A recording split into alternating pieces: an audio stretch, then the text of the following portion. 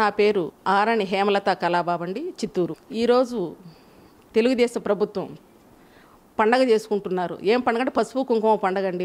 వాళ్ళు చేస్తున్నారు. 5 సంవత్సరాలు గుర్తురాని ఆడబడుసులు ఇంకా 3 నెలలు ప్రభుత్వం ముగుస్తుందన్న సమయంలో ఎందుకు గుర్తొచ్చిందో నాకైతే అర్థం కావట్లేదు. ఆంధ్ర మహిళలకే కాదు, ఆంధ్ర ప్రజలకు కూడా అర్థం కావట్లేదు. ఇప్పుడు 10,000 ఇస్తున్నాం అంటున్నారు. ఈ 10,000 దేనికి ఇస్తున్నారు? ఓటుకు నోటో ఏమో నాకు అర్థం కావట్లేదు. అది 3 దఫాలు. ఇప్పుడు 2.5, ఈ నెల, వచ్చే నెల 2.5, తర్వాత ఏప్రిల్లో 5,000 అంట. అంటే లాస్ట్లో ఒకేసారి తాయలం 5,000 అంటే గుర్తుంటుందనో ఏమో నాకు అర్థం కావట్లేదు. ఆ రోజు ప్రభుత్వం రావడం కోసమో మన సెంట్రల్ మోడీ గారి హవా కానీ మన పవన్ గారి చరిస్మాతో ఆయన సీఎం అయ్యారు. సీఎం అయ్యి ఇప్పుడు 5 సంవత్సరాలుగా గుర్తురాని ప్రజలు, స్టేట్ మంది కొత్తది, అమరావతి మనం కట్టాలా, సింగపూర్ చేయాలా అని ఎన్నెన్నో మాట్లాడుతూ అక్కడి నుంచి ప్రత్యేక హోదా కావాలని, ప్రత్యేక హోదా వద్దు, మనకు ఇది ప్యాకేజీలే ముద్దు అని తీసుకొచ్చారు. ఆ ప్యాకేజీలు ఎవరి జోబులు నిండాయో తెలియదు, అది వాళ్ళకే తెలియాలా, మనకు తెలియదు. ఆ రోజు నుంచి పవన్ గారు పాసిపోయిన లడ్డూలు తీసుకొచ్చుకుంటున్నారు అంటూనే ఉన్నారు. కానీ వీళ్ళు ఏం చేస్తున్నారో ఈ ప్రభుత్వం అయితే అర్థం కావట్లేదు. ఇప్పుడు గుర్తొచ్చేసి ఉద్యోగ భృతి ఇప్పుడు ఇస్తున్నారు. మరి 4.5 సంవత్సరంగా ఎందుకు ఇవ్వలేదు? ఇంటికో ఉద్యోగం అన్నారు, ఎవరికి ఉద్యోగం రాలేదు. ఆయన కొడుకుది మాత్రం ఉద్యోగం ఇచ్చుకున్నారు కానీ ఇంకెవరికి ఉద్యోగం ఇవ్వలేదు. మన కేంద్ర ప్రభుత్వం కూడా ఇప్పుడు రైతులు రుణమాఫీ, రైతులకు డబ్బులు ఇవ్వడం, ఇలాంటివి ఎన్నో నేను చూశారు పేపర్లోనే, మీరు ఎన్నో ఇచ్చారు వాళ్ళు హామీలు.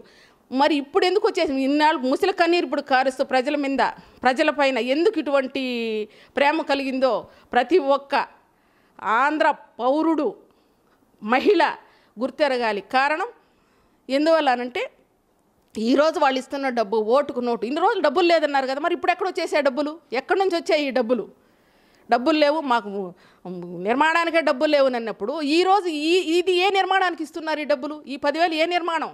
ఓటుకు నిర్మాణమా? రేపు వచ్చే ప్రభుత్వానికి నిర్మాణమా? దేనికి ఇస్తున్నారు? దేనికి నిర్మాణం చేసుకునేదానికి? వాళ్ళు రేపు సీఎం అవడం కోసమా? ఇది ప్రతి ఒక్క ప్రజలు గుర్తించాలా, గుర్తెరిగి ప్రవర్తించాలా. పవన్ కళ్యాణ్ గారి చరిస్మాతో గెలిచి పవన్ కళ్యాణ్ మర్చిపోయారు, ప్రజలను మర్చిపోయారు, అన్నీ మర్చిపోయి డబ్బులు లేవు, కొత్త రాజధాని కొత్తది కాబట్టి ఇలాగే అంటూనే వస్తున్నారు. ఇప్పుడు ఎక్కడి నుంచి వచ్చాయి? ఆకాశం నుంచి ఏమైనా ఊడిపడ్డాయి ఆ డబ్బులు? ఎక్కడి నుంచి వచ్చాయి ఈ డబ్బులు? ఒక్కొక్కరికి 10,000 ఇవ్వడానికి వాళ్ళకు మళ్ళీ ఫోన్లు కూడా అనంట, ఫోన్లు ఇవ్వడానికి ఎక్కడి నుంచి వచ్చే డబ్బులు? ఇన్ని రోజులు ఎక్కడ పోయాయి? అంటే ఇది ఓట్ల కోసమే, ఓటు నిర్మాణం కోసమే అనేది ప్రజలకు అర్థం కాదా? ఎంతవరకు ఇది న్యాయం? చంద్రబాబు నాయుడికే ఆయనే అంతర్మాదం చేసుకోవాలి. ఇంకో ఉండవల్లి గారు అంటూ ఉంటారు, ఎప్పుడు నేను ఆయన్ని చూస్తూ ఉంటాను, ఆయనవి యూట్యూబ్లో.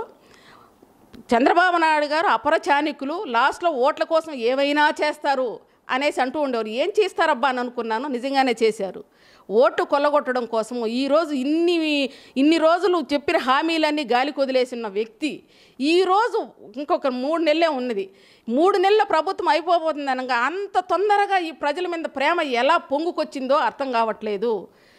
ఈ ప్రజల మీద ఇంత ప్రేమ ఎందుకు వచ్చిందంటే ఓట్ల కోసమే. అది ప్రతి ఒక్కరూ గుర్తెరగాల. గుర్తెరిగి మన పిల్లల భవిష్యత్తు ఎవరొస్తే బాగుంటుందని ప్రతి ఒక్క వ్యక్తి ఆలోచించాలా. ముఖ్యంగా యువత ఇప్పుడు కొత్త ఓట్లు యువత అంతా పవన్ గారి పక్కన ఉన్నారనే ఉద్దేశంతో వాళ్ళ తల్లులకు ఇలాంటి డబ్బులు ఇస్తే వాళ్ళ తల్లులు పిల్లలకు చెప్పి మాకు ఇంత ఇచ్చారు అంత ఇచ్చారని చెప్పి దాన్ని ఓట్లుగా ఆయన సర్వే చేసి ఉంటారు, ఆల్రెడీ చేయకుండా ఉండరు. వాటిని ఓట్లుగా మార్చుకోవడానికి ఈ నోట్లు ఇస్తున్నారని మా జన సైనికుల తరఫున వీర మహిళల తరఫున నేను చెప్తున్నాను. నవనిర్మాణం అని అన్నారు, నవనిర్మాణకే నిధులు లేవు అని అన్నారు. సరే, అక్కడ వేసున్న ఫౌండేషన్లు అన్నా బాగున్నాయంటే అవి బాలేదు. ఈరోజు ఈ డబ్బు ఏ యొక్క నిర్మాణానికి ఆయన చేస్తున్నారో మనకైతే అర్థం కావట్లేదు. ప్రజలు, ప్రతి ఒక్క మహిళ ఆలోచన చేసి మనకు ఎవరైతే బాగుంటుంది, రేపు ఫ్యూచర్లో పవన్ గారు అయితే బాగుంటుందా అని ఆలోచన చేసి పవన్ గారు వచ్చి పోరాట యోధుల్లా పోరాడుతున్నారు. ఇది బురద కొంట అని తెలిసి కూడా బురదలోకి దిగి పద్మాన్ని మనం ప్రజలకు అందివ్వాలనే ఉద్దేశంతో పవన్ గారు ముందుకొచ్చారు. మనము అటువంటి వ్యక్తిని మనం సీఎం చేసుకొని ఈసారి ప్రతి ఒక్క మహిళ ఆలోచన చేసి ఆ నవనిర్మాణం కోసం పవన్ గారికి పగ్గాలు ఇచ్చామంటే మన పిల్లల భవిష్యత్తు బంగారు భవిష్యత్తు అవుతుంది. ప్రతి ఒక్కరు యూట్యూబ్లో మీరు చూడండి, ప్రతి ఒక్క వక్త మాట్లాడేవాళ్ళు పవన్ గారికి డబ్బాశ లేదు అనే అంటారు. అలాంటి వ్యక్తిని ఈసారి సీఎం చేసుకుందాము. వీళ్ళు ఎన్నో జిమ్మిక్కులు చేస్తారు, ప్రతి ఒక్క రాజకీయ నాయకుడు గెలవడానికి ఎన్నో చేస్తున్నారు. అలాంటి వలలో ప్రజలు పడద్దని మనస్ఫూర్తిగా నేను మీకు చెప్తున్నాను. ఒక మంచి వ్యక్తిని ఎన్నుకుందాము. 5 సంవత్సరాలు గుర్తురాని మన ప్రభుత్వానికి మన మీద ప్రేమ ఈరోజు ఇస్తున్నారంటే ఒక్కసారి ఆలోచించండి. వాళ్ళకి అది పండగ వాతావరణంలో వాళ్ళు చేసుకుంటున్నారు. అలా కాదు, లేనోడికి పిలిస్తే పెడితే ఆశ, కొడతామంటే భయం, మీరు ఇస్తానంటే వస్తున్నారు. వాళ్ళ స్థితిగతులు బట్టి వాళ్ళని మార్చుకోగల, దీన్ని ఎలా ఓట్లు మార్చుకోగల ఆలోచన ఈ ప్రభుత్వానికి ఉందని నాకు అనిపిస్తుంది. ఇది ఓట్లకు నోట్ల కోసం ఇస్తూ ఉండేరే తప్పించి, ఓట్ల కోసం ఇస్తున్నారు తప్పించి ఈ డబ్బులు వాళ్ళ మీద మీ మీద ప్రేమతో కాదు. దయచేసి ప్రతి ఒక్క మహిళ గుర్తెరగండి, ఇది మీ మీద ప్రేమ కాదు, ఓట్ల మీద ప్రేమే. ఇది ఒక్కసారి ఆలోచించండి. 4.5 సంవత్సరాలుగా మీరు ఎంత మనోవేదన పడ్డారో ఆ డబ్బులు కట్టడానికి, అది ఒక్కసారి గుర్తుపెట్టుకోండి. ఒకసారి హిట్లర్ విషయాలు, హిట్లరు కోడికి బొచ్చు పెరికేసి మొత్తము ప్రాణంతో ఒక 4 గింజలు వేస్తే అది లేచి తినిందంట. అలా ఉంది మన పరిస్థితి. మొత్తము మనల్ని పెరికేసి బొచ్చమంతా పెరికేసి ఈరోజు 4 నూకలు మీ ముందు వేస్తున్నాడు. ఈ డబ్బులు ఎక్కడి నుంచి వచ్చాయి? మనం కట్టే డబ్బులు. అంటే వీళ్ళు మన డబ్బులతో మనం ఓటు కొనుక్కుంటున్నారు. వీళ్ళు మనం కట్టే ట్యాక్స్ రూపంతో వాళ్ళకు పోయే డబ్బుల్ని ఈరోజు వాళ్ళ అధికారికంగా వాళ్ళు మీకు డబ్బులు ఇచ్చి ఓట్లు కొనుక్కుంటున్నారు. ఇది ప్రతి ఒక్కరూ గుర్తెరగాల. మన డబ్బులే మనకిచ్చి రేపు ఓట్లు కొనుక్కుంటున్నారు. వాళ్ళు తెలివిగా ముందుగా ఓట్లు కొనుక్కుంటున్నారు. ఆ తెలివి ఆపర చాణక్యుళ్ళ ఆయన దాన్ని ప్రయోగిస్తున్నాడు ప్రజలపైన. ప్రతి ఒక్క మహిళ ఆలోచన చేయండి.